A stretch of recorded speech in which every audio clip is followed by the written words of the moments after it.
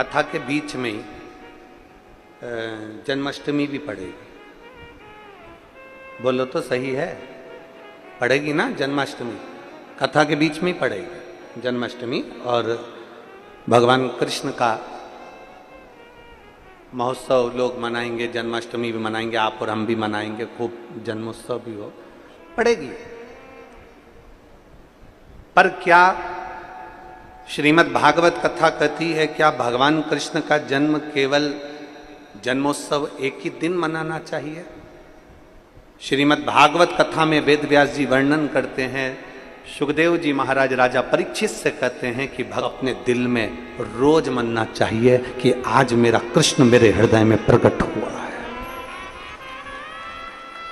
आज मेरा कृष्ण मेरे हृदय में प्रकट हुआ है, आज मेरा कृष्ण मेरे नगर में प्रकट हुआ है, आज मेरा कृष्ण मेरी रोमावली में प्रकट हुआ है, आज मेरा कृष्ण मेरी चित्तवृत्ति में प्रकट हुआ है, आज मेरा कृष्ण मेरे नैनों में प्रकट हुआ है, आज मेरा कृष्ण मेरी श्रवण शक्ति में प्रकट हुआ है, आज मेरा कृष्ण मेरी श्वासों में प्रकट हुआ है, आज मेरा कृष्ण मेरे हृदय में, मेरी चित्त में, मेरी वृत्ति में प्रकट हुआ। केवल साल में एक दिन भगवान कृष्ण का जन्मोत्सव नहीं, रोज प्रतिदिन अपने भीतर भगवान के प्रागट्य का जन्मोत्सव होना चाहिए। उसी तरह लोग कहते हैं कि सावन का महीना है तो मुझे मंदिर जाना है, सावन का महीना है तो मुझे त्रिपुंड लगाना है, सावन का महीना है तो मुझे शंकर का गुणगान करना है। ना, प्रतिदिन, प्रत्येक घड़ी, प्रत्येक पल, प्रत्येक क्षण भगवान शिव को समर्पित होना चाहिए, प्रत्येक पल।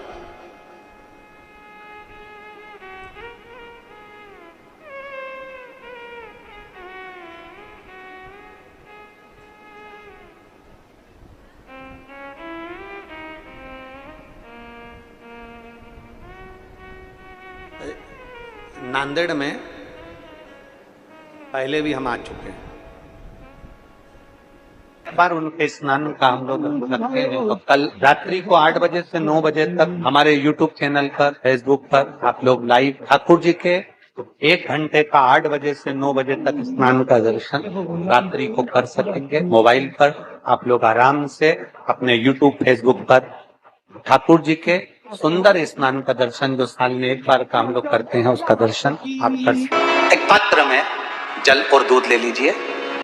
तो कहोगे गुरुजी ये कथा कहाँ से निकाल के लाए हो? तो विष्णु पुराण में से आप उसको स्मरण कर सकते हो। काय में से? विष्णु पुराण में से। एक पात्र में देसी गाय का दूध, जल उसमें रखकर, और आपके यहाँ अगर लड्डू गोपाल हो, यदि आपके घर में ठाकुर जी हो, लड्डू गोपाल हो, विष्णु जी का कोई स्वरूप हो, श्री हरि का कोई स्वरूप हो, तो उस पर आप संध्या के समय पर दुर्वा डालकर, उस दुर्वा से अगर लक्ष्मी जी के नामों का 108 बार उच्चारण कर कर, घी का दिया लगाकर, कैसर के चावल साथ में रखकर केवल उस जल का और दूध का मात्र छींटा देते हो, तो उसके घर में कभी लक्ष्मी की कमी नहीं आ सकती, संपदा बढ़ती चली जाती है। 108 बार लक्ष्मी के नाम का मात्र उच्चारण कर लेने पर, भगवान विष्णु के चरणारविंद पर, भगवान विष्णु के चरणों पर केवल उस दुर्वा का, जल का, दूध का सिंचन कर देने से भी लक्ष्मी की वृद्धि होती है।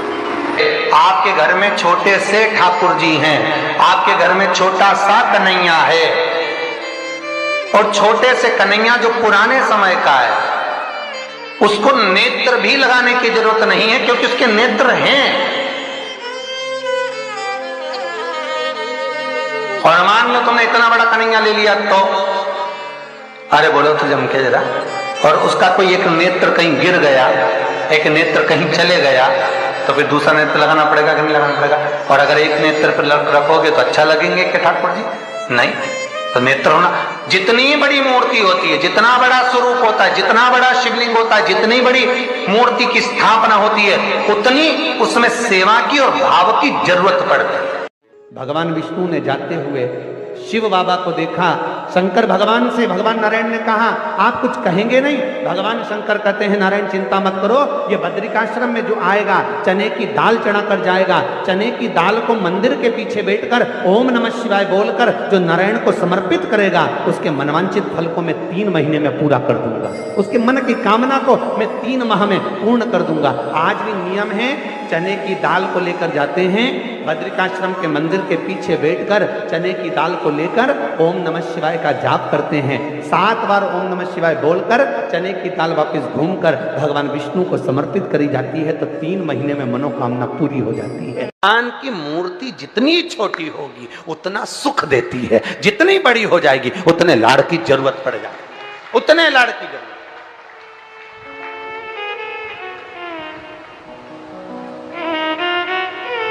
जितनी छोटी। अब आप कहोगे गुरुजी तुम इतनी बड़ी बड़ी बातें करते हो, तुम्हारे ठाकुर जी भी तो देखो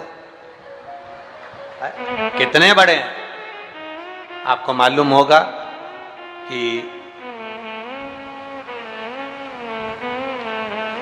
इंदौर में कथा थी, बहुत साल पहले, 20-1 साल पहले की बात होगी, 20-22 साल के पहले की। इंदौर के सेठ जिनके पास में ठाकुर जी थे और उनके कोई गुरुजी, अब गुरुजी तो गुरुजी होते हैं, उन्होंने कह दिया इतनी बड़ी मूर्ति घर में नहीं होना चाहिए।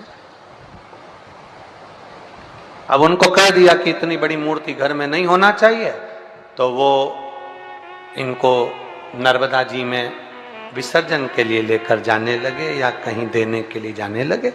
वो हमारे यहाँ कथा में आए थे तो वो अटैची लेकर आए थे, तो पूछ लिया हमने कि इस अटैची को आप कहाँ ले जा रहे हैं, क्या है इसमें? उन्होंने कहा इसमें लड्डू गोपाल हैं ठाकुर जी। हमने कहा कहाँ ले जा रहे हैं? हमारे गुरुजी ने कहा इतनी बड़ी मूर्ति घर में रहती है ना तो तकलीफ होती, इसलिए हम इनको नदी में, नर्मदा जी में छोड़ने के लिए या आश्रम पर किसी के यहाँ देने के लिए जा रहे हैं। तो हमने कह दिया लाडला है, कहाँ इसको नर्मदा के जल में आप छोड़ोगे, हमको दे दो, हमारे साथ कथा में चलता रहे, आनंद से श्रवण करता रहे, भक्ति करता रहे। और क्या लाडला है वो, उसका नाम हमने कल्लू रखा, हमारा कल्लुआ है, लाड लड़ा। जय हो। सोमवार की अष्टमी पड़ जाए, क्या पड़ जाए सोमवार की? जम के बोलो जरा, अष्टमी।